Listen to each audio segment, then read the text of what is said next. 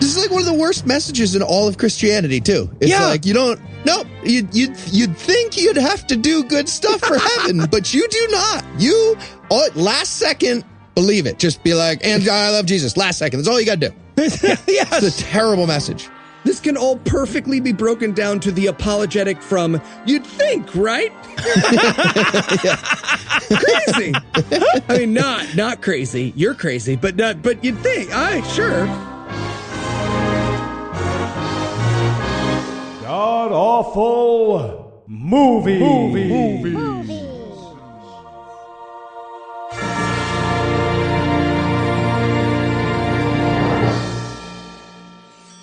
Welcome back to the Gamcast, where each week we sample another selection from Christian cinema, because despite Nancy's protestations, I did not say no. I'm your host, Noah Lugeons, and sitting to my immediate left is my good friend Heath Enwright. Heath, welcome back. Thanks, Noah. You know what's a really good book? What's that? The Book of Mormon. Pretty sure I'm on board. On board the wooden submarine. Seems smart. I thought getting you back here would be enough, but apparently not Still quite. Mormon. And sitting 81 miles to my right is my bad friend Eli Bosnick. Eli, how are you this fine afternoon, sir? Pretty good, Noah. It's our Halloween spooktacular. Spooktacular? Really? We're going to go with spooktacular? Because that hasn't been... of the craziest movies that Christianity has to offer. Halloween-themed episode. Eli, literally, he messaged me earlier. He's like, hey, can we change the music to like a minor key and spooky? I'm like, no, we can't change the fucking music to a minor key. And he's like, okay, I'm talking like a vampire. All right. So, the entire episode. No, not the entire month. Not new Patreon goal. Donate to the show, or Eli will do that. Long tail marketing. I just donated. So tell us, Heath. Thank you. What will we be breaking down today? We watched The Appointment. It's the story of a woman who gets told exactly when she's going to die, followed by about 30 minutes of literally watching time pass on different clocks and watches and shit. And also looking at Bibles, cutting back. It's second hands and Bibles, the movie. It's ridiculous. This is the longest 37 minutes on television available. Right? No, when we usually do a short movie, we're like, ooh, short movie. All right, guys, let's strange out the episode. Let's make sure we give the people what they pay for. And I was like, oh, my God. What will we talk about? No, this movie was like having a shitty job, right? It was like when you look at the clock and you expect it to be way later, and it's not. The movie. Yeah. Jesus. And Eli, how bad was this movie? Well, if you love Final Destination, but you think that destination is hell, you will love this movie. This is your crazy Christian grandmother with Alzheimer's, the movie. Oh, it was rough. I feel like any movie where the elevator pitch is indistinguishable from the script isn't going to offer up much. And then she waits. Ticking. Ticking. So, okay. So, still ticking. Now, okay, so this, though, was one of its few redeeming qualities. This was an early Christiano Brothers movie. Oh, fun fact about the Cristiano brothers. No, moving right along. So, you're welcome, Andrew. So, now we've done a couple of other Cristiano Brothers movies in the past. Where would you rank this one in terms of, like, their output? Which ones did we do? We did A Matter of Faith, Time Changer, and Second Glance. I do not remember any of those. I'm assuming this is worse. I don't know. Okay, it's definitely not as bad good as Time Changer. No. It is, I would say it is equally as bad good as Second Glance, but it's shorter, so I liked it more. Mm-hmm. And it's definitely better made, but not as fun as A Matter of Faith. So however you do those metrics, get a board, tie some string around shit. All right. Eli's made it really complicated. I'm going to give you a nice, easy answer here. This was by far the least entertaining goddamn thing these assholes have ever put out, and these are the guys who made Second Glance. Look, Second Glance was wonderful. I wrote a love poem about how much I love Second Glance, and it wasn't good enough, so I wrote a different one that was better, goddammit. These are the guys that made Time Changer, the movie about a guy who comes forward in time, sees all of the amazing technology, and goes back and says, man, their skirt sure did get short over them 100 years, and that's his only fucking takeaway. These are the guys that made the debate movie that literally ended with a man crying on stage and storming off, and he was the good guy. Oh, was that Harry Anderson one? Yes. Okay. Yes. That's these guys. And this piece of shit carries their name? Like all the other ones are significant, at least twice as long plus, and I would recommend all three of them over this one. Ugh. Anyway, is there anything you guys want to nominate this one for being the best at, being the worst at, other than Christiano Brothers movie? I'm going to say best worst rhythm of the spoken lines. It's like perfect, like 1, 2, 3, 4. My line, your line, his line, her line. You talk, God. It's so ridiculous. They can't not go perfectly staccato. 1, 2, 3, 4. It's like the actors were told it was a musical, but they never got the music. Like you keep expecting the music to come in. It's like, oh, a musical. But then it never cuts in. The scene just ends. All right, well, I wanted to go with best worst end run around an apologetic. All right, so the primary argument of this movie that is presented multiple times is that if you assume Christian heaven is real, Christianity must be the right religion. Pretty airtight. Said, if then, I'm convinced. It's like arguing with Cy-10 Bruggenkate. Best worst sized piece of technology that now fits literally under your fingernail. Yes. Literally under your fingernail. There is an audio recording device about sound wave. The size of a Chicago deep dish pizza that will be used several times. Yes. Oh, my God. That was fucking hilarious. Keep in mind, this movie was not made in 1937. This was 1991.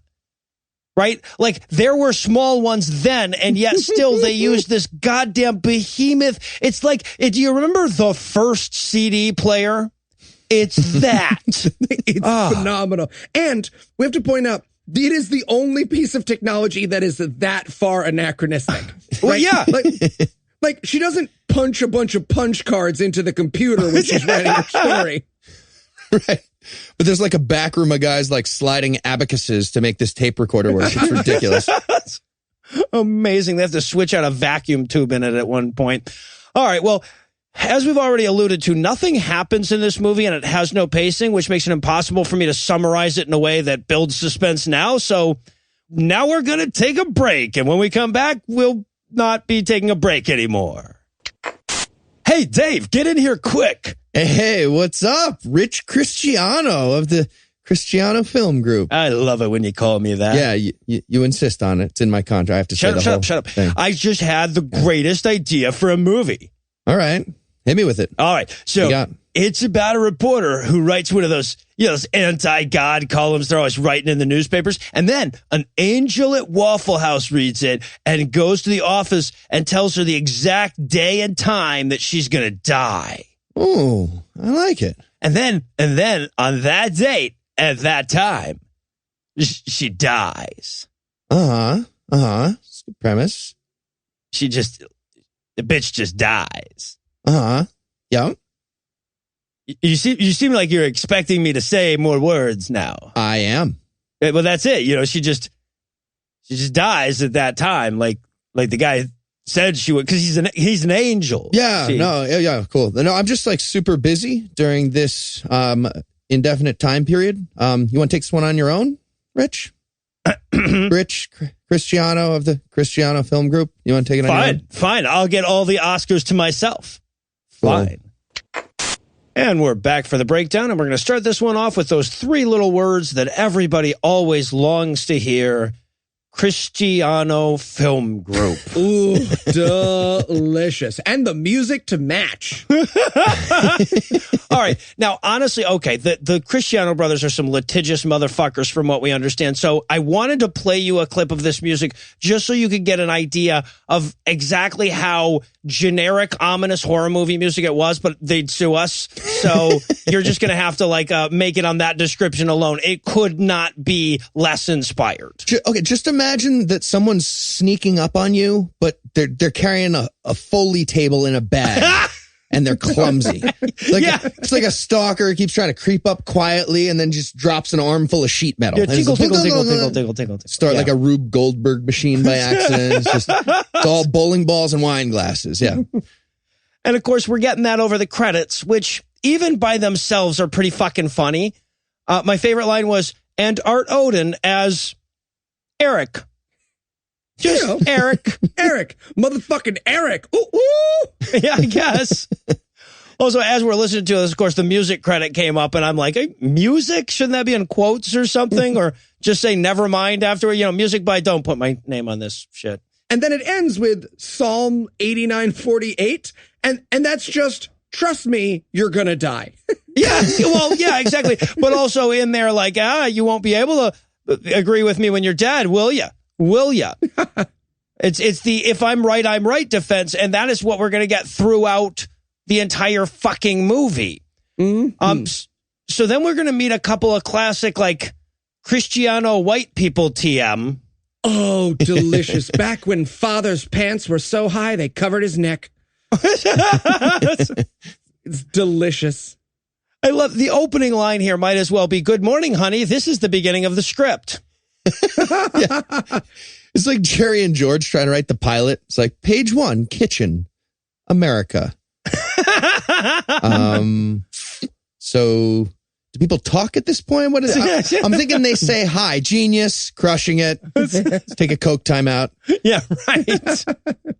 And I love it because the mom's first line is, you might want to finish breakfast before you read the article, because he's going to be so offended by this newspaper column that he's just like, throw out the eggs, Martha. I can't fucking eat in this world.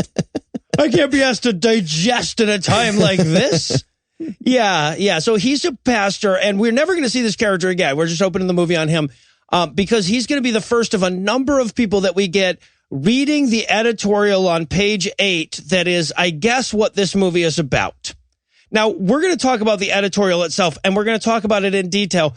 But first, I want to talk about the little montage of different old women who would yell at gas station attendants about magazine covers that we see as we're reading our way through this editorial.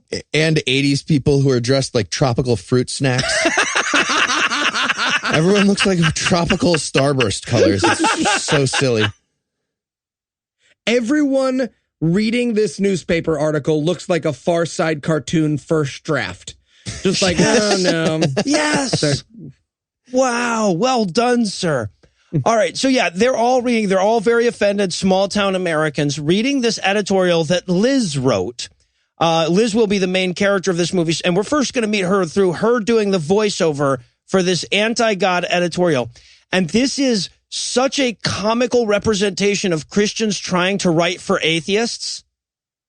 Yeah, but it's been a while since they've written lines that were way better than anything they could think of, and then been like, but I'm wrong. But bad that.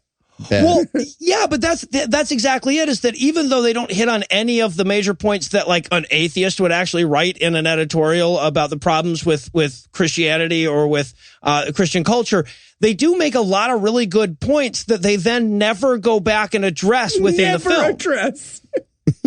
Just over and over again. Okay, point 1, churches are more interested in making money than they are in fighting the devil. I mean, fighting the devil's a little much, but yes, they're more interested in making money than helping the poor. They're never going to address that point. Nope. This could just be an essay on why we need the Johnson Amendment, on C-SPAN, in a hearing. Well, I love point 3 in her thing is that Hefner's mansion has less immorality than most churches. And to be fair, before, when she said this, Eli was not as attracted to Hugh Hefner as he is now. A little too soon. That's a little too soon, exactly. but valid. But valid. Valid. Yeah. Hefner paid for consent in advance because it's the right thing to do. Exactly. Yeah, but it's like, churches are full of hypocrites. Door-to-door evangelism is bullshit and it sucks. And I'm just like, yeah, no, you're making some pretty good points. I wonder how you'll later address these. And there's a tiny little moment. This is one of my favorite parts. One of the characters that's like, or I guess this is the voiceover. We're watching a character go to a mailbox for no reason. But the voiceover says, there's always people, coming to my door proselyting for my soul. Yeah, it was like an Eli pronunciation. They got guaranteed it was like 35 takes, and that was the best one. Proselytine. That one had a P in it. That's the keeper. It had a P at the beginning. Exactly. Porcelain. Nope. And no TH. There's no TH in there. Definitely not anything close to what you said. So, yeah, and she also makes the point that even if there was a God, churches would be giving him a bad name. Again, pretty valid point. Yep. I thought that was, and then finally, she points out that if the justification for giving money to the churches is that they do nice things for the needy, wouldn't it be better to just give that money to charities that only do stuff for the needy? Yeah, it's the dumbest man. Let's focus on doing good things, better healthcare, feeding the poor. I'm the bad guy.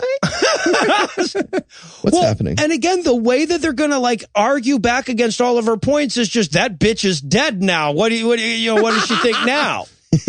Yeah. Right? Here at Dave's Charities, sometimes we feed kids, and sometimes we build giant monuments to me. Which will it be this week? Give us your money. That's the only way to find out. Sometimes I literally trickle it down the monument at people. They grab it at the bottom. So then we're going to meet a main character in this film that we will never see. I have him down as weird POV shot the entire time. And we're going to meet him at a Waffle House. So weird. So wait, for clarity, because this is very important. This guy is the angel of death? Or I guess. The Grim Reaper, right? He's obvious. He's like a divine messenger. In my mind, he is supernatural. He's not like a dude. And that means that the Grim Reaper ate at Waffle House. And if you're not picturing the Grim Reaper with terrible diarrhea because he's eating 4 hash browns at 4 a.m. because he's so drunk, you are not the audience we know and love. Yeah. And I should point out, this is not a Waffle House-like restaurant. This is very clearly the Waffle House. The woman has the Waffle House tag on and everything when she comes up. Waitress is pregnant. It's perfect. Everybody makes exactly the right amount of sense. Yeah, everyone looks out of place in this movie, time-wise, except this Waffle House waitress. Everyone else is like, wow, 80s were kind of silly looking, but diner waitress is just like a younger version of the same exact waitress at Denny's and Waffle House right now. Yeah. I had to wonder if Waffle House paid for this placement. It's their target audience. I got an idea. I sure did like that Second Glance movie you did. So then he creepily POVs his way out of the Waffle House. Yeah, the camera is so weird. It makes it look like there's like a shark about to attack inside this diner. And he's just like, no. And he walks out. Throughout the movie, it's going to be like that. Yeah, exactly. We will spend a lot of time with this character, even when he's not doing anything, and always just get that creepy POV shot. And also, it will always be accompanied by the ominous music, even when that's jarring as fuck and makes no sense. I wanted to see him going to the bathroom and stuck in traffic, just like burder. We almost get there, right? If there was a point in this movie where weird POV guy was just looking for a good alcove to pick his underwear out of his ass, that would not have been out of place given the use of weird POV guy. Taking a shit, reading the graffiti. I wonder who Stevie is. I hear he's a good time. That does rhyme. That's kind of clever. All right, so now that we get that weird shit out of the way, we cut to the newspaper office where Liz works. And my first line in here was just, Jesus, were computers 1991 back then. Yeah, people working on computers the size of a piano. They're slapping the side to reset the tapes and just cha-ching. Disposable computers they throw in the garbage at the end of the day. They've typed 3 characters. Looks like everybody in the office is just about to get hurt somehow. Like it's dangerous. They're like, one guy's like pull starting it like a chainsaw to get his computer going. There's like an oil derrick going up and down next to him. It's a cotton gin. The guy's getting his arm chopped off in his computer. Cotton gin. It's nuts. So we pan through this scene just so we can marvel at how shitty computers looked back then, I guess. And we eventually settle on Liz, this blonde girl who's on the phone and thought this was America. Yeah. She's like, hello. Yes, this is the person who wrote that newspaper article. My name is Liz. Uh-huh. You didn't like my article? Okay. It's amazing I've responded to you so quickly. Goodbye. Seems like you wouldn't have any time to talk during this conversation. And the actual line she loves, I love this too, her little mic drop. She's like, well, if you don't like it, maybe you can write a letter to the editor.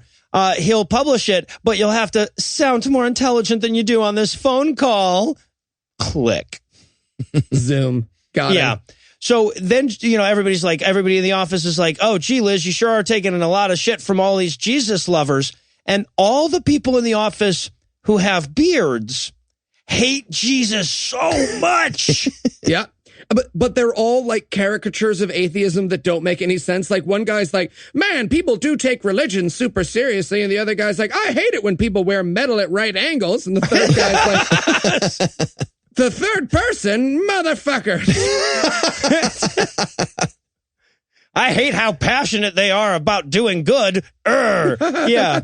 But there is one, I should point out, there is one guy in the office that does not have a beard. And he thinks that she shouldn't go so hard on the Christians. Screech. You're talking about Screech? Yes. Screech Powers. Yeah. It's so funny. He's like, gee, fellas, I don't know. Maybe God knows a thing or two. What do you think? And they're like, shut up, asshole. Gay. And we also have to 1991, you're allowed to do that. Yeah, right, yeah. And we also have to establish in this scene and over again that she is an icy vaginaed prude, and that's why she hates Jesus. They will reinforce this. Oh, she's just one of those bitchy girls like you get if you're an atheist or a liberal. Am I right? Constantly in this fucking movie. Yeah. And meanwhile, by the way, ill-advised POV is walking into the newspaper offices. And again, at this point, we didn't know it was an angel, and I wanted so badly for the camera to reverse, and it's just Jason Voorhees there to complain about his car listing being spelled wrong, just like, are you serious? 6541? Everyone's going to be calling some asshole. I'm not paying for this. I want 2 extra free weeks. 2. That's exactly how they're selling it, though. They're exactly selling this as this is the killer walking through the woods towards the campers. Yeah, it's fucking amazing. So now, so we cut back into the newspaper office, and I want to point out that they have an establishing shot that they use for the newspaper offices, which is very clearly a bank that says Mercantile Bank out in front of it, but they still use that as the establishing shot for the newspaper. Some guy's just like, building. Yeah, that's it. So, and this is where we meet the tall for his age 15-year-old that would like to fuck Liz through the movie. Time traveler John Mulaney. All right, yeah. And he wants to take her to a play. He's like Marty McFly went back in time to fuck his mom. Did he not? What was that movie about? I've been masturbating wrong for a long time. Is that Leah Thompson? I'd go back in time. Fuck Leah Thompson. So no, and he of course is using the browbeating method of date request, which is always a winner.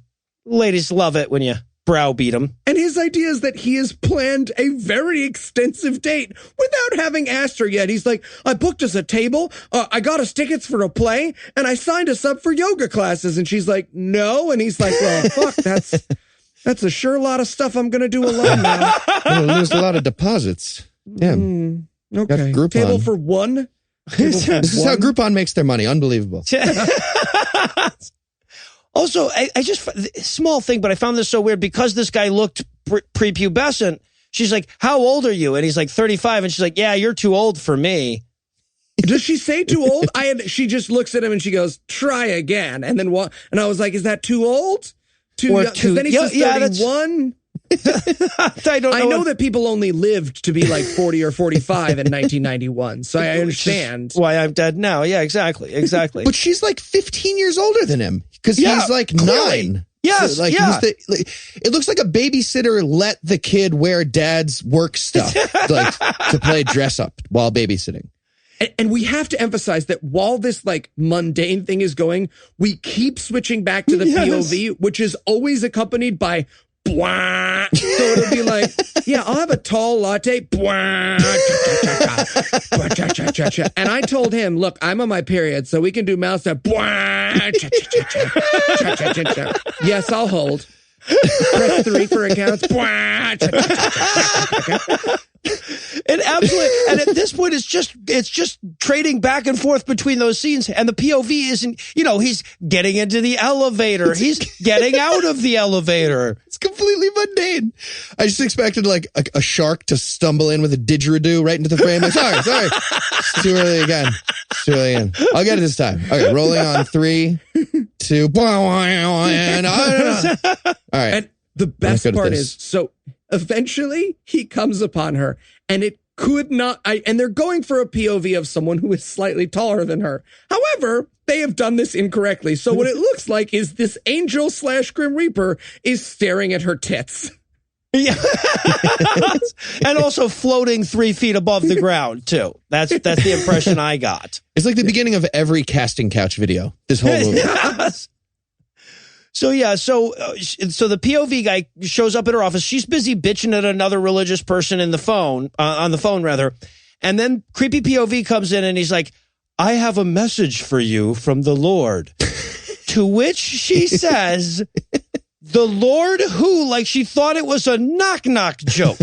The Lord, exactly. The Lord Stevenson. Oh, and then I wanted a British guy on a palanquin to come in. Hello. Did my messenger arrive? Oh, he's here. Good. Michael Flatley, Lord of the Dance. Just no? Okay. So, yeah. And so he tells her this is the key moment of the whole movie, the inciting incident right here. At September 19th at 6:05 p.m., she is going to die. So, death threats to a reporter for giving his boss bad press. That's the good guy. That's the good deity in this movie. But we should point out, she could not be more bored by this death threat. She's just like, yes. She's like sassy Gal Fridaying in response. She's like, you're going to die. And she's like, not before I get my heels done. And again, this is all still being done by the creepy Jason Voorhees POV thing.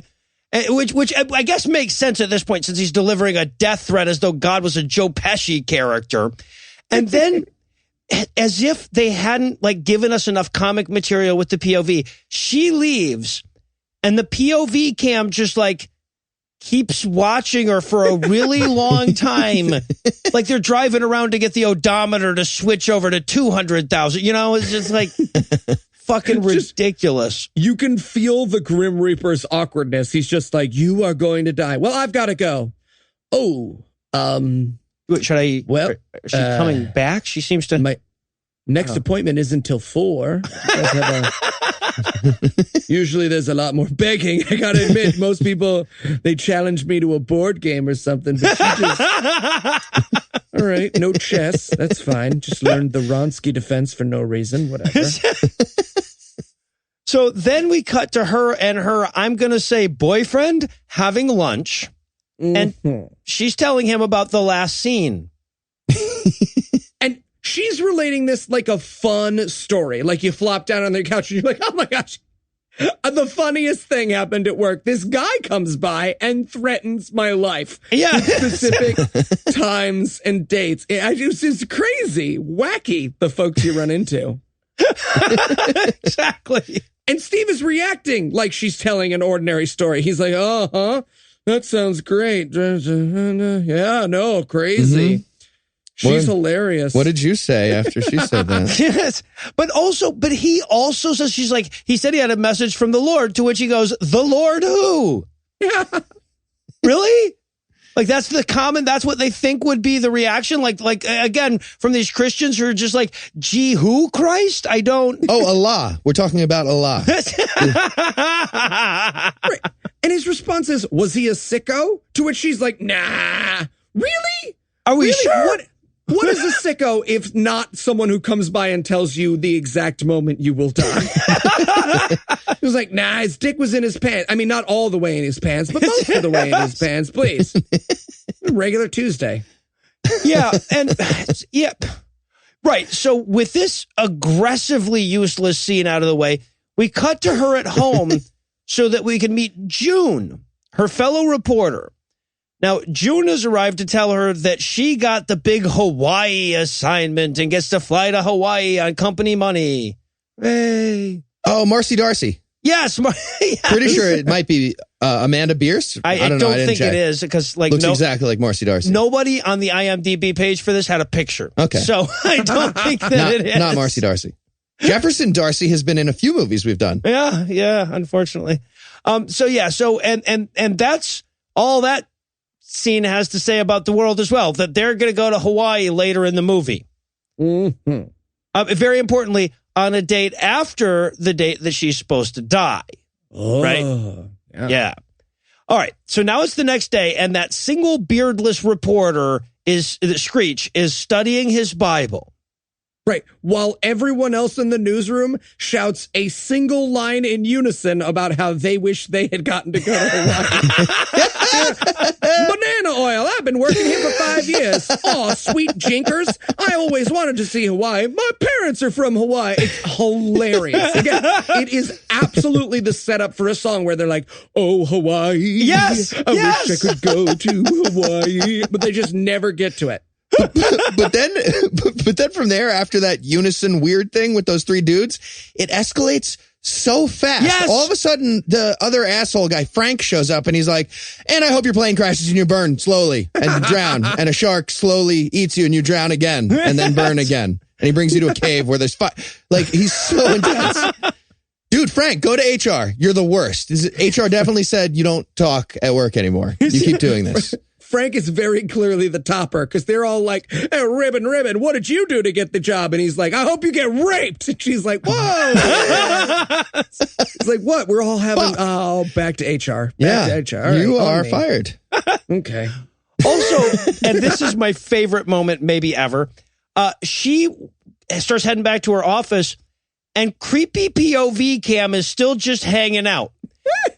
Now, keep in mind, when we last left Creepy POV Cam, he was in her office awkwardly trying to decide what to do when she walked out. So, like, we have no reason not to believe he's just been sitting there all day and night going like, I thought you seemed like you had to come back to your purse has been here. Also, I have a question about the physics of this universe.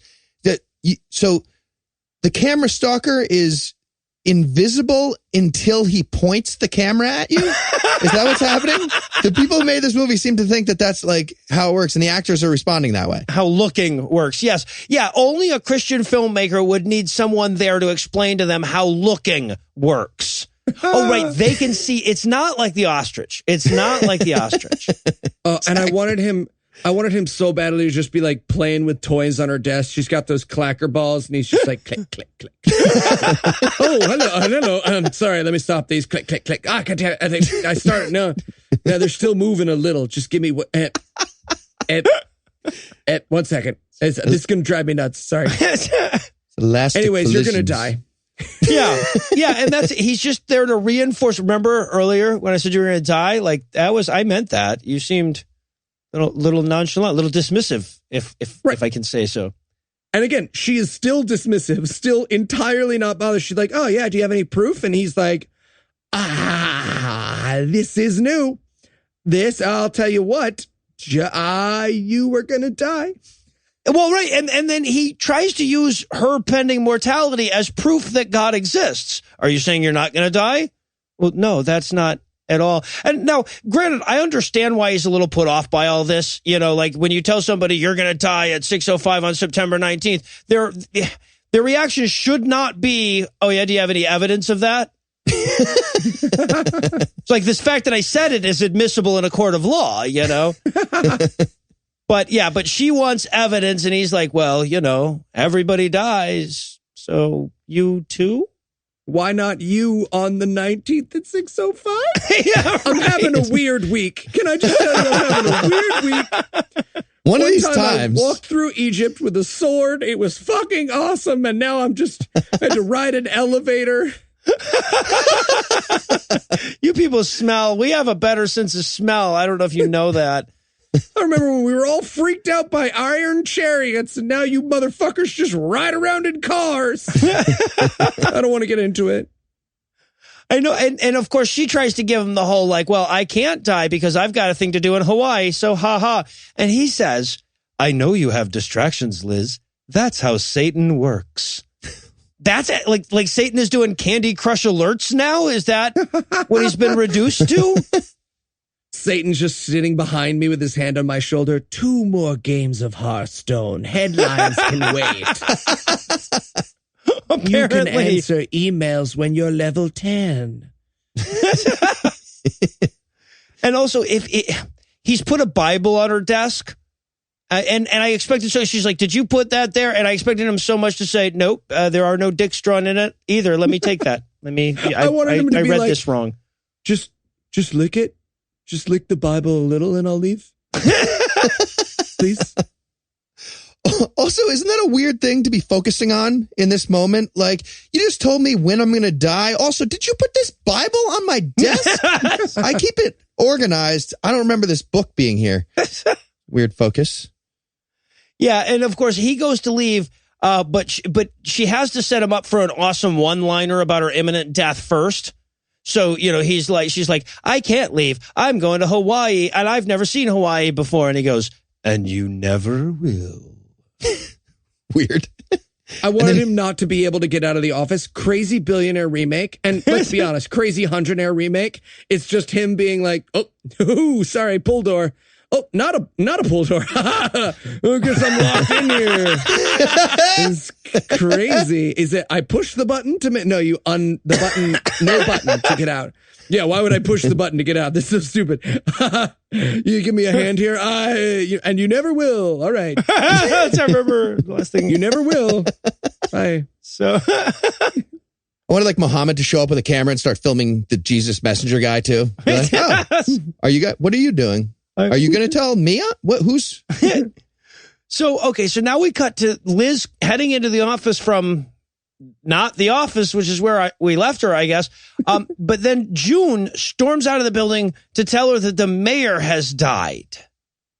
And everyone reacts not like it's shocking that the mayor has died, but it's shocking that humans die. Yeah.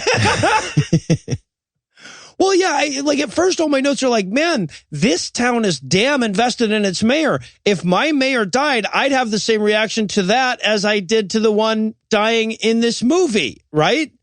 But yeah. No, but we learned that like this is apparently the first they've heard of this mortality thing.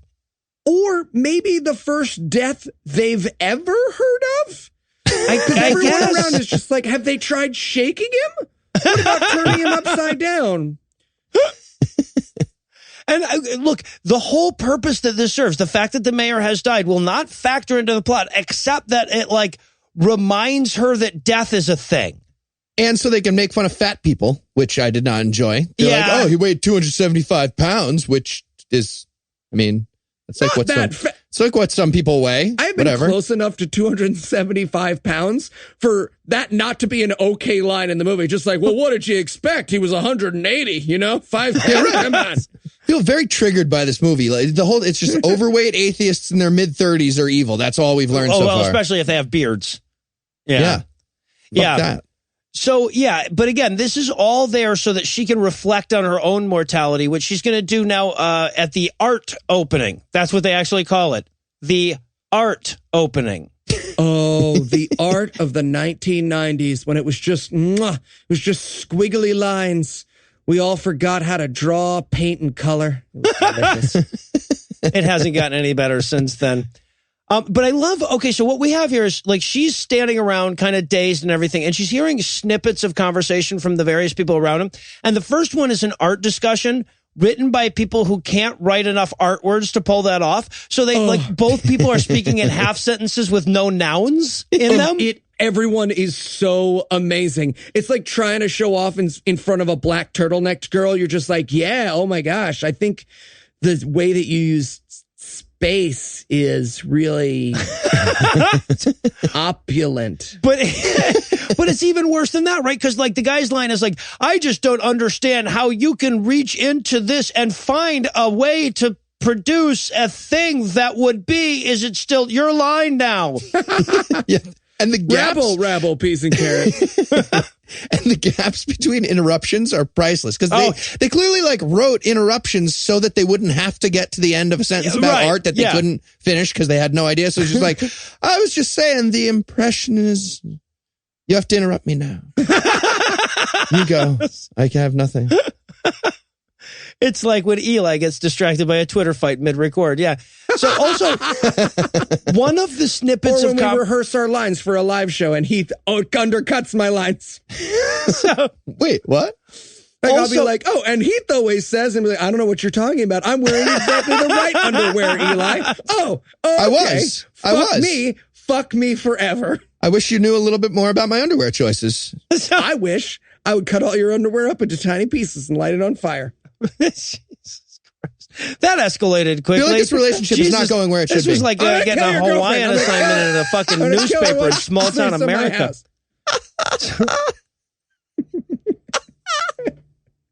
All right, now how do I transition back to the fact that one of those snippets of conversation was a chiropractor, guys? You tell me. I'm going to snap her neck just like a chiropractor. What about chiropractors now? Well done, sir. Well done. That cracked me up so much because, like, at first they show this chiropractor as part of the snippet of the conversation. He's saying, the thing a lot of people don't know about chiropractors. And I'm like, oh my God, are we going to shit on chiropractors? That'd be awesome. I'm so with you, Rich. And then he's like, not a lot of people know that we don't just work on necks. We also work on other joints. And the other guy goes, well, more people should know that. If only it was in a short 38-minute movie that's going to be played for captive audiences at churches. Next conversation. And this is Muhammad Ali, right? Yes. Yeah. Okay. So Muhammad Ali, are you talking just about the one black guy? Yeah, the one black guy. Okay. Denzel Washington. He looks like Muhammad Ali the day they figured out it was Parkinson's. He's just like, oh, it's not a good day. He looks like it's just a bad day. And he comes over and he literally is just like, hey, Liz, Mayor died. Bye. Just walks away. Yes. I am the African-American character in this film. Bye. So, yeah, but she's just absorbing this all in sort of a just nihilistic way. And late that night, she's laying awake in bed. And she has my wife's like, sure, why not expression on her face. See, I had in my notes, this scene is just every night I don't take 9's equal. Yeah. It's an entire decade of people trying to sleep, not coming down from cocaine enough yet. Just staring at the ceiling. That was the 80s. Just loud second hands and staring at the ceiling. The 80s. Yep. And also, if you would like to cross off, like, flashing back to things that just happened in the movie from your Christian bingo card, this would be the time to do that. She's literally remembering the conversation that was taking place when this scene interrupted it. So, anyway, next day at work, she sure is busy rehashing the plot points up until now in the film. She is awful cranky. Her editor comes up and he's like, hey, Liz, where's the story? And she's like, shut the fuck up, Jeff, in a minute. And he's like, oh, all right. Sorry. Okay. Thought we worked at a newspaper, but whatever. That's fine. So she needs the art opening pictures right away. So she goes into the dark room where the Christian kid, Eric, Screech, is getting her picture ready for her. And he's like, she's like, I need that picture. And he's like, okay, just a minute. She's like, now. And he's like, are you okay, Liz? You're being a real bitch. And what's amazing is the beginning of this conversation is obviously him being like, hey, I was wondering, do you ever think about, I don't know, changing religions. And she's like, now, you're not going to be one of those Christians who tells me to change religions, are you? And he's like, what? No, I wanted to talk about what happens after you die just for fun. I swear. So crazy. I would never ask you to change your mind about religion except for right now when I do it. Yeah, well, and then later in the conversation, he would yell at her about how she needs to change her religion. But before, yeah, because his first opening is like, yeah, so I noticed a Bible on your desk. And she's like, you know, because she has to be maximally bitchy. She's like, yeah, they ran out of toilet paper in the ladies' room. Now get me my fucking picture, you eunuch. And yeah. And again, that's how she delivers all of her lines in this movie, because she's a liberal atheist. And he delivers all his lines with his mouth forming a perfect circle, because otherwise he can't make words happen. It's insane. Like, I was waiting for like Owen Wilson to show up and have like a circle mouth fight with the guys, like over the top with the circle mouth. Oh God, if you just lined their faces up together, you could use it as a wind tunnel, test special aircraft in there. You doing circle mouth? I'm doing circle mouth. Ooh. Yeah, she's like, you know, wow. He says something about how she's sick and tired of all the religious people trying to cram religion down other people's throats, and he's just gets all defensive right away. He's like, hey, I've never tried to cram anything down your throat. Well, you were awake. What? Nothing at all, ever. It's the best. At one point, she's like, fucking Jesus. And he's like, whoa, Liz. Jesus is the fucking shit tits, okay? Yeah. Let's not be talking about JC, all right? Line's a line. My line for that in the notes was just, golly, Liz, Jesus is just the bee's knees. Why ever would you say that? Yeah, holy shit. And the thing to remember is that they're on a deadline. She came in here because she was in a hurry, and they're now having a convoluted Jesus discussion. And what this conversation breaks down to, what he eventually gets to the point of is, and we're going to hear this a lot, some people try to be good people to go to heaven. But if the Bible is true, that's not true. Yeah. The apologetic he has is, there are only two ways people try to get into heaven: Christianity and other. And therefore Christianity must be true. That's the apologetic for, like, what about all the other religions? Yes. Yeah, okay, well, let me explain. You can think of the world as Christian and not Christian. Wrong. And, you can think of that. And that's it. I have no follow-up. Those are the two types of things in the universe. Yeah, he says, like, you know, people like Hindus and Mormons, which if they throw in Mormons is clearly that's not Christianity, little dig there.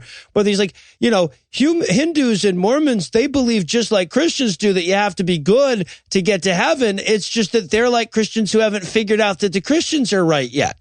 Right. It is genuinely, and again, we will hear this argument multiple times for the rest of this movie. The argument is genuinely, I mean, it would seem intuitive to everyone in the world but us that being a good person matters.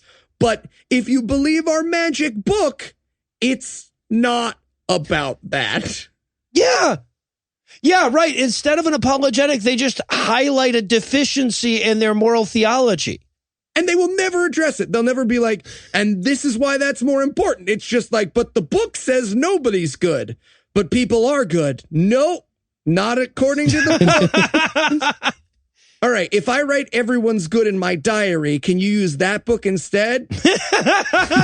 I think so. I don't know.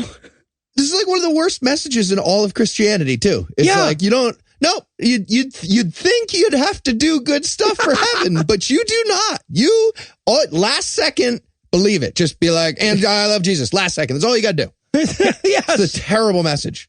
This can all perfectly be broken down to the apologetic from, you'd think, right?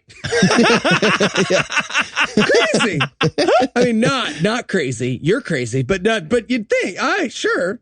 But no. And then there's this exchange that happens that's almost as though I suddenly walked into the writer's room and then lost all memory of it, where she's like, hey, wait a minute, I thought you weren't going to preach to me. Isn't that what you just said? To which he irately screams at her, don't you want eternal life, Liz? Jesus, he screams at her to be more Jesus-like at this point. Yeah, shouting at a woman in a dark room is a great way to prove you're the one who's motivated by reason. And then he even issues a challenge. He's right. He's like, go out there and ask anybody how to get to heaven, and they're either going to agree with me or they're going to be a sinner who's wrong. Or say another thing every fucking time. I'll tell you what, you go out there, you survey 100 people, they say my thing or something else. If they say anything else, if they start singing Pirates of Penzance, you come back in here, I'll give you 2 nickels and a free suicide. I'll tell you that right now. Change religions. You don't believe in Jesus? A plus not A equals infinity. That's all the stuff. That's my QED. All right, well, now that somebody's screamed at us about Jesus, I guess we've earned a break. But first, let me give Act 3 the hard sell here. Will Liz die on September 19th at 6:05 p.m.? Will she do so in an unexceptional way that doesn't serve to advance any larger narrative? Then why the fuck make a movie about it unless it's just a snuff film for a local reporter you don't like? Listen as we fruitlessly ponder that last question during the entirely unsurprising conclusion of The Appointment. Eli. Yepers. I've got a message from the Lord for you. The Lord who? The Lord Jesus Christ. Oh, I was mostly kidding about the Mormon thing. I just character I do. The Lord has read your Twitter timeline, and he is very displeased. He has an important message for you. On September 26th at 6:05 p.m., you are going to die. Yep. But there's still time to... Wait, what do you mean, yep? You said yep? Yeah, I got a whole thing planned. I'm going to live stream it on Facebook, and I'm going to tag all the girls who are mean to me in high school. Which is good, because how long can I really keep going back to Carl the Bucket Pegacorn, am I right? Okay. Wow. Gotta admit, I got nothing in the playbook for this situation. Sure. Seems like I hear that a lot. What's with the ominous music, by the way? Is that just... Oh, that? It's, my tunes. Your tunes? Pumps me up, my tunes.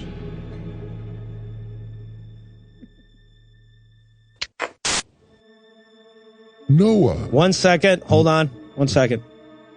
Sorry. Noah. Hold on. No, I've got a... Hey, it feels like I said hold on. That's what it feels like I just said. Okay. And... All right. Fucking what already? I have a message for you from the Lord. The Lord who? The Lord Jesus Christ. Oh, how the fuck did you get past the alligator pit? The Lord has heard your diatribes, and he is very displeased. He has an important message for you. On September 19th, at 6:05 p.m., you are going to die. Nope. 19th is full. We've got a scathing record and added on the 19th, and I've got a meeting with Andrew in the afternoon. No, it's impossible. No, but this is a very important message. Oh, your thing is important. Well, let me tell Andrew he's not important so he can go fuck himself. I'm booked on the 19th. I got the entire 20th and most of the 21st. I can die at 4:30 p.m. on the 21st at the absolute earliest, and that's if Eli doesn't dig anybody else up between now and then. Okay? No. All right. Never mind. You're goddamn right. Never mind. Sorry.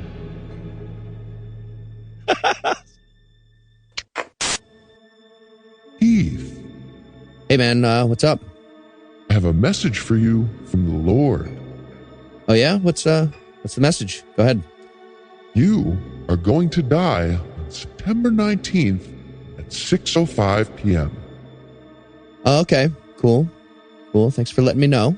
Good stuff. Oh, aren't you like freaked out by that news? I'm fine. I'm gonna go get some nachos though. You want some chos? We get some nachos. Sure. Let's go get some chos.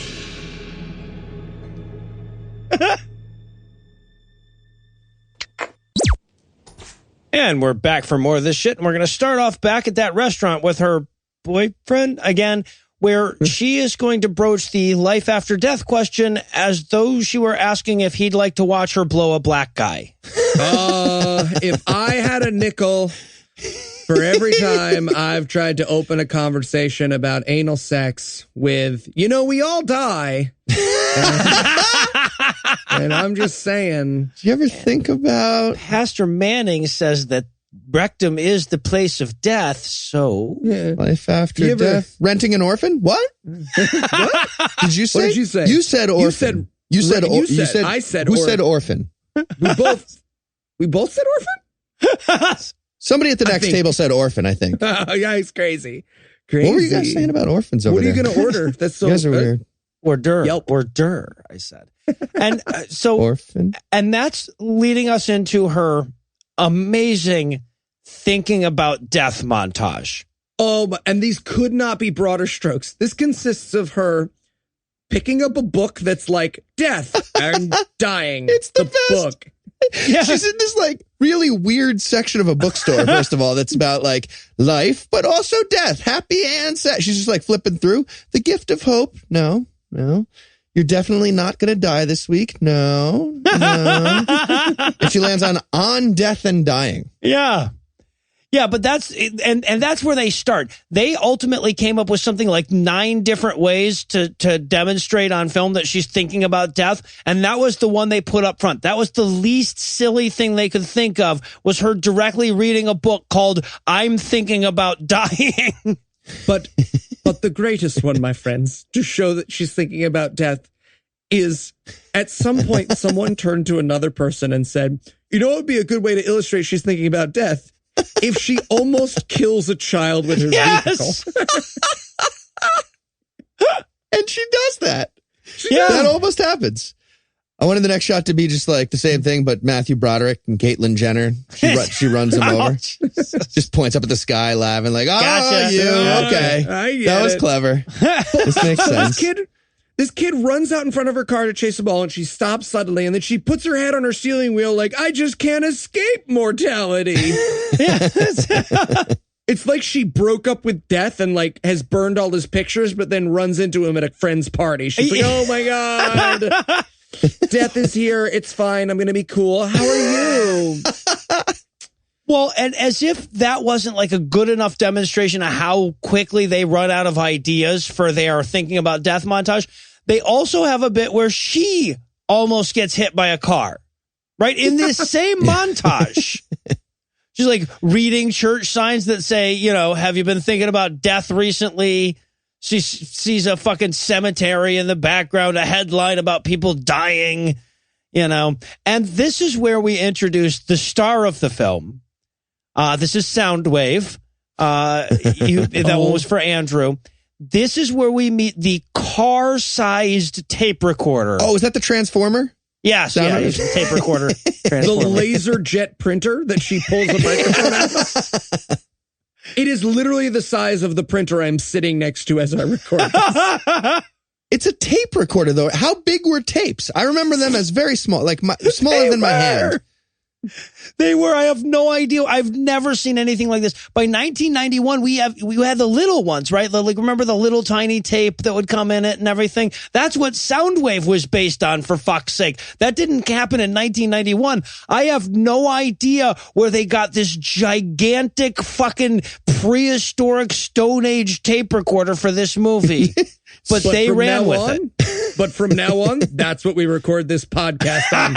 You people can share the tape around amongst yourselves.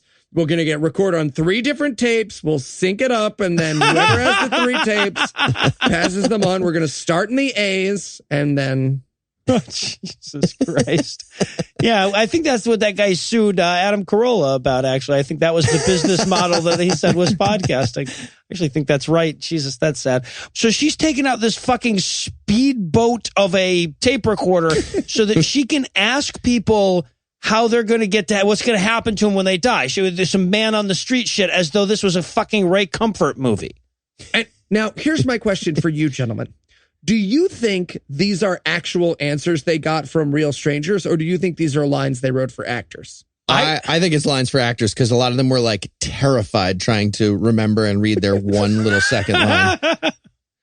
It seems odd that they would have done extra work, that they wouldn't have, just because the answers are so mundane.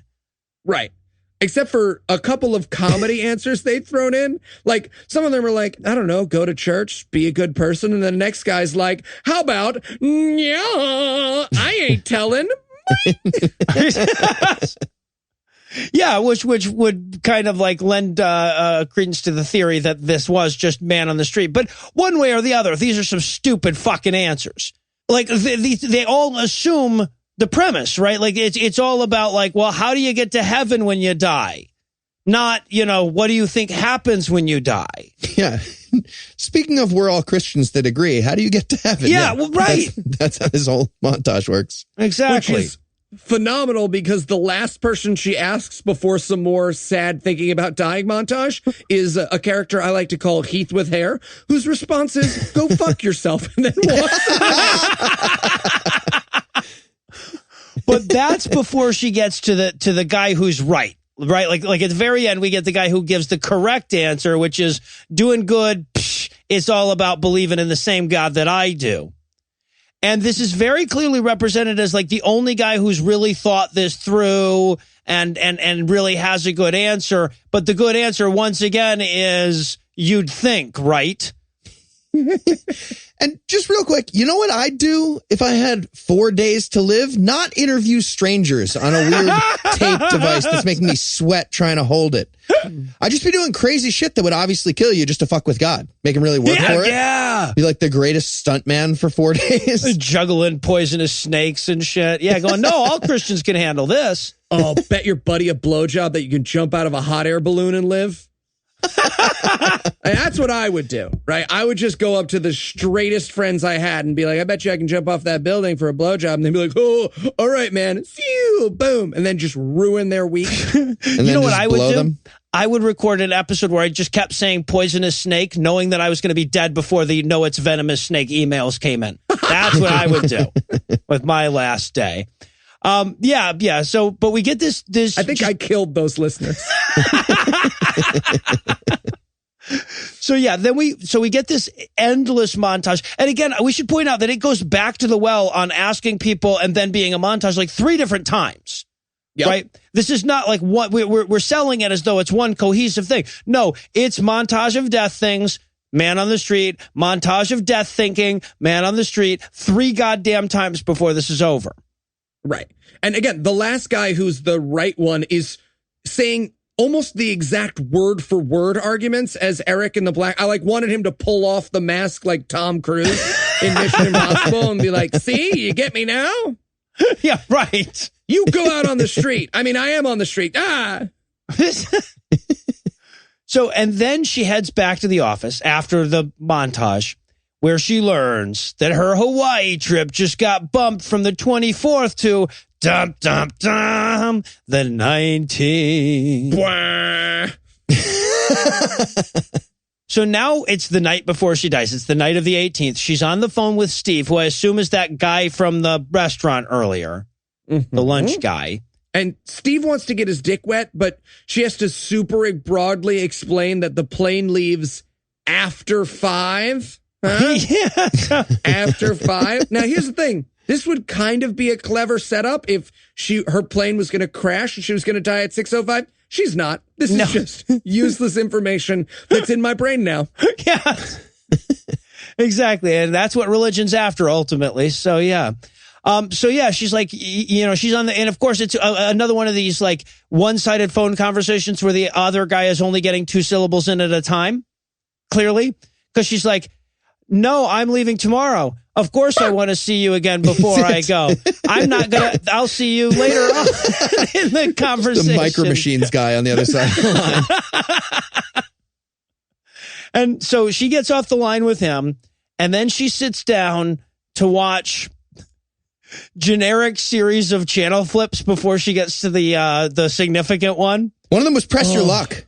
Oh, was it really? Yeah, that was exciting. They use an actual clip. Yeah. Oh, okay, awesome. And I just had it down as generic Wheel of Fortune. I assumed that they were like getting as close as they were allowed to. And the news reporter, so she finally ends up on a plane crash, and the news reporter trying to say plane crash words are the most joy I've felt a year. It's like, here we are. The plane has crashed in the crashy parts, and many people on board are dead, and forever. All the time, all the way, you're dead. This just in, if you die, you stay there. In death, I mean, the end, they're going to cut this. Blah, blah, blah. Peas and carrots, peas and carrots. He basically says, boy, I'm glad I'm not about to get on a plane. Back to you, Stu. And so she's really nervous because she didn't realize that people died and planes crashed. So now she runs to the office the next day and tells him that she is not going to Hawaii, damn it. It's too dangerous. And it's amazing because she's like, I can't go to Hawaii. I just can't. And their immediate reaction is, well, how are things with Steve? And she's like, I'll fuck Steve when I get around to it. Also, is there a reason why she was dressed like Minnie Mouse for this scene? She... Up until that point, had been wearing human clothes. 1991. 1 out of 6 outfits. The crazy trapezoid shoulders all the way out. What an ugly decade it was. So the editor and June are very disappointed that she's not going to Hawaii. So they come in and ask her if she wants to just take the rest of the day off. And she's like, no, I will watch the clock along with the audience for the next 9 hours of workday. That's the rest of the movie. It is. That's the rest of the movie is time moving and not even fast. You can skip ahead as the movie as fast as you want. Like if it's 10 a.m. and then it's noon, like the audience isn't going to be lost about your time montage. What day is it?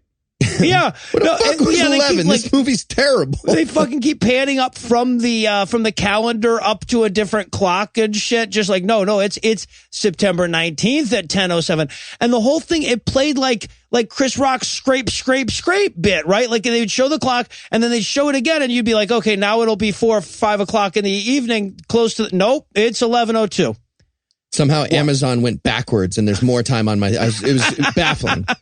And I have to point out that all of us have some version of, there are only 7 minutes left in this movie. How much longer can this go? It is insane how long this 45-second montage feels. Oh my God. Well, yeah, because they just keep showing you a clock that's nowhere near the time you want it to be. So, and then of course she starts to get a little worked up as the day goes on. She could really use a Jesus freak to talk to right now. But unfortunately, Eric is not around. And I have a theory about this. So just keep in mind, Eric is not around. I'm going to bring my theory full circle towards the end. All right. Awesome. So lacking Eric to talk to, she takes out her gigantic tape recorder again. She pull starts it and she listens to more Heaven directions, specifically that last guy who said exactly what Eric said before about it not mattering if you're a good person. Yeah, they literally tripled down in this movie on the Venn diagram. It's like, okay, here's good deeds, and here, separate region, Christianity. These are the two things. They triple down on that. Now, you don't want to be in both circles. A lot of people think you want to be in both circles. Nope. No such thing. There's no overlap here. Well, it's been almost minutes since that part of the movie, so obviously we had to reinforce it. So, yeah, once the movie has very clearly turned into watching the clock at a shitty job, the movie, we cut to the office space finally clearing out around her so that we can at least get some sense that it's maybe 5-ish. Right. So she's gotten a murder threat, right? She's afraid of dying, and her solution is to stay alone in the office. It's like, no, I'm just going to, I need to clear my head. I'm going to go home and clean my gun connection while I'm blindfolded. Always cheers me up. Also, this is where we get the most poorly executed jump scare that you can imagine. Right? So she's creeping through the office right at 6 p.m. The ominous music is playing. It is obviously about time for the jump scare, but they scare just the character. Right? Not us. We see Frank come up behind her. We see his arm extend before the jump scare. And Frank, by the way, that's bearded atheist number 3. Right. And bearded atheist number 3 is just like, hey, I'm a pop scare. And she's like, oh, Frank, what are you doing here? And he's like, nothing. I got to go. Yeah. What are you doing? I was just checking the big X under the anvil. Seems like they drew it kind of sloppy. You could take off. Nothing's going to happen. So, yeah, and she begs Frank to stick around and help her not die, but he's got a hot date that night, so he's got to go, leaving her all by herself, which had me thinking, like, why wouldn't she just go to a different time zone and get more time, or skip over 6:03, you know? Oh. Just start Set flying. your watch forward. That would work. Yeah. So, and then I love this bit, too, because she's sitting around, time's slowly passing. She picks up a phone, and I'm like, oh, who's she going to call in her last minutes? And she calls to check the time. This whole... She's in a room surrounded by clocks, and she calls to check the time. And this is like, she called, what is it, the bank to tell what time? Yeah, the time and temperature. Yeah, and then they're showing like clocks and watches. Like, might as well show her build a giant sundial and just like show her like looking at the graph of the oscillation of quartz. Like, so stupid. But in the foreground of this scene, there's a very conspicuous Bible. And she reaches for this Bible like the bad guy sniper about to pull the trigger at the end of Act 3, but not quite, right? She reaches out like that Bible is going to leap out and take her fucking hand off. Because you can tell she's like, I don't know, maybe I like find Jesus real quick before 6:05. What's the harm, right? No one's going to know. I'm alone in the office. Just a quick Pascal wager, and then I'll head out to Subway. Yeah. But it shows her pick up the Bible and start to leaf through it. And I'm like, oh, yeah, well, she's got 2 minutes. Hope she gets to all the important stuff. Yeah, can you just open to a random page and read one sentence? Is that how it works? Or do you have to, she's just like scrambling to find the passage from the tape. Like, the way the truth, and I'm dead. Fuck. I was going to say the life. And then we get a fake-ass sounding breaking noise somewhere in the office. And at this point, just to break the monotony, the character starts talking to herself about how she's not going to die. She's like, I'm not going to die when I open this door at precisely 6:05 p.m. at all. This is silly. This would even make a stupid movie. Why would this happen? But she walks into the dark room, and damn it if there's not a fire in it. Okay. So hear me out. Eric is offended that she doesn't accept Jesus. She tells Eric that the guy came and threatened her and said she was going to die on the 19th at 6:05. And then the dark room, the area where Eric works, is on fire. Oh, shit. As if to run her out of the building at precisely 6:05. And I have a theory that Eric is behind all of this. Oh, and no, this is starting to make a lot of sense. She starts running downstairs. They zoom out. The entire building collapses like Tower 7. Eric's just going, holding some thermite and some jet fuel. So the fire alarm sounds. She makes a run for it. She's like, oh my God, I'm going to burn. And she runs down the stairs, and I'm like, oh, running on stairs when you think you're going to die. That's great. That's smart. But that doesn't get her. She rushes out of the building. And as she's backing away, not paying attention, a fire truck is coming right at her. But don't worry, it stops before it gets to her. That would have been fucking hilarious if she'd just been backing up and the fire truck slammed her. Exactly. So much better. But no, instead they have the firefighters like come up to her and say, back away, ma'am. This could be dangerous. Wouldn't want you to die at 6:05 p.m. on September 19th. So she steps back a little further. Oh, no, she's getting close to the curb. And then she falls over and gets hit by a truck. In the face. In the face by a truck. Gets hit in the face by a truck. Fucking head-on parkers. This is the problem. What do I always say? That is what you always say. They are murderers. They're the same. If you head-on park, you're a murderer. And that is, by the way, the movie. That's it. It's over now. Could not have been more comical. The driver of that car, Eric. Of course. Lures her out of the building with a fire in his work area, waits for her to trip, hits her with a car. Now, honestly, if that's how the movie had ended, right? If it had gone exactly like that, and then the camera just pans up and it's Eric having a demonic look on his face, I love this goddamn movie. That'd be pretty great. But no, instead we end on Hebrews 9:27. It is appointed unto men once to die, but after this, the judgment. And then it says below that, yeah, right, you're going to die. That's it. And then below that, it says, when's your appointment? You're in the jungle, baby. You're going to die. The wisdom of Guns N' Roses lyrics, the movie. The Hebrew verse. Yeah. Oh, yeah. Okay, so what the fuck are we supposed to take away from this movie? Is it literally just like, well, Pascal's wager? So Yeah. Don't be mean to the it. quiet guy in the office who's really shouty about his religion. That's a better message, yeah. All right, so I feel like Eli's already almost answered this, or at least come up with a good answer, but I'm asking him to come up with a different one anyway. How should she have died at the end of this movie if they wanted to end it right? Oh, okay. You remember towards the end when she picks up the Bible, right, that the angel gave her? She opens up the Bible and there's a poison dart inside of it. Shoots her in the throat and she dies. I like it. All right. What about if the van stops just in time, but then the weird POV messenger guy stumbles over the curb and drops an enormous camera on her face? Oh, this fuck. I was the one that, I got another idea. What if a Bible gets thrown at her and explodes a live bullet in her breast pocket by hitting a nail into it or something? Yeah, I like it. No one would expect it. And well, that's going to do it for our review of The Appointment. That's not going to do it for the episode just yet because we still need to rope you back in for next week's selection. So Eli, tell us, what's on deck? What's on deck for our Halloween spooktacular? I'm glad you asked, Noah. Lightning thunder. Next week is the Life Zone. Half Saw, half Carly Fiorina hallucination. It tells the story of two young girls trapped by a mysterious killer. Or will it turn out the killer is them? Join us next week for the Life Zone.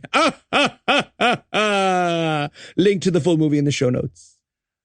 All right, so with that voice to look forward to, we're going to bring episode 113 to a merciful close. Once again, a huge thanks to all the Patreon donors that help make the show go. If you'd like to count yourself among their ranks, you can make a per episode donation at patreon.com/godawful and thereby earn early access to an ad-free version of every episode. You can also help us out a ton by leaving us a 5-star review on iTunes and by sharing the show on all your various social media platforms. And if you enjoyed this show, be sure to check out our sibling shows, The Scathing Atheist, The Skeptocrat, and Citation Needed, available on iTunes, Stitcher, and wherever else podcasts live. If you have questions, comments, or cinematic suggestions, you can email godawfulmovies@gmail.com. Legal services for this podcast are provided by the law offices of P. Andrew Torres. Our theme song was written and performed by Ryan Slotnick of Evil Giraffes on Mars. All other music was written and performed by our audio engineer, Morgan Clark, and was used with permission. Thanks again for giving us a chunk of your life this week. For Heath Enwright and Eli Bosnick, I'm Noah Lugeons, promising to work hard to earn another chunk next week. Until then, we'll leave you with the Breakfast Club close. Mormon God showed up with a camcorder and told Protestant God he's been dead the whole time. Creepy POV guy eventually made millions in voyeur cam porn and barely even had to change his music. The Halloween Spooktacular were our most listened to episodes ever. And we continued the Halloween Spooktacular for every year for the rest of the podcast. And everybody loved it.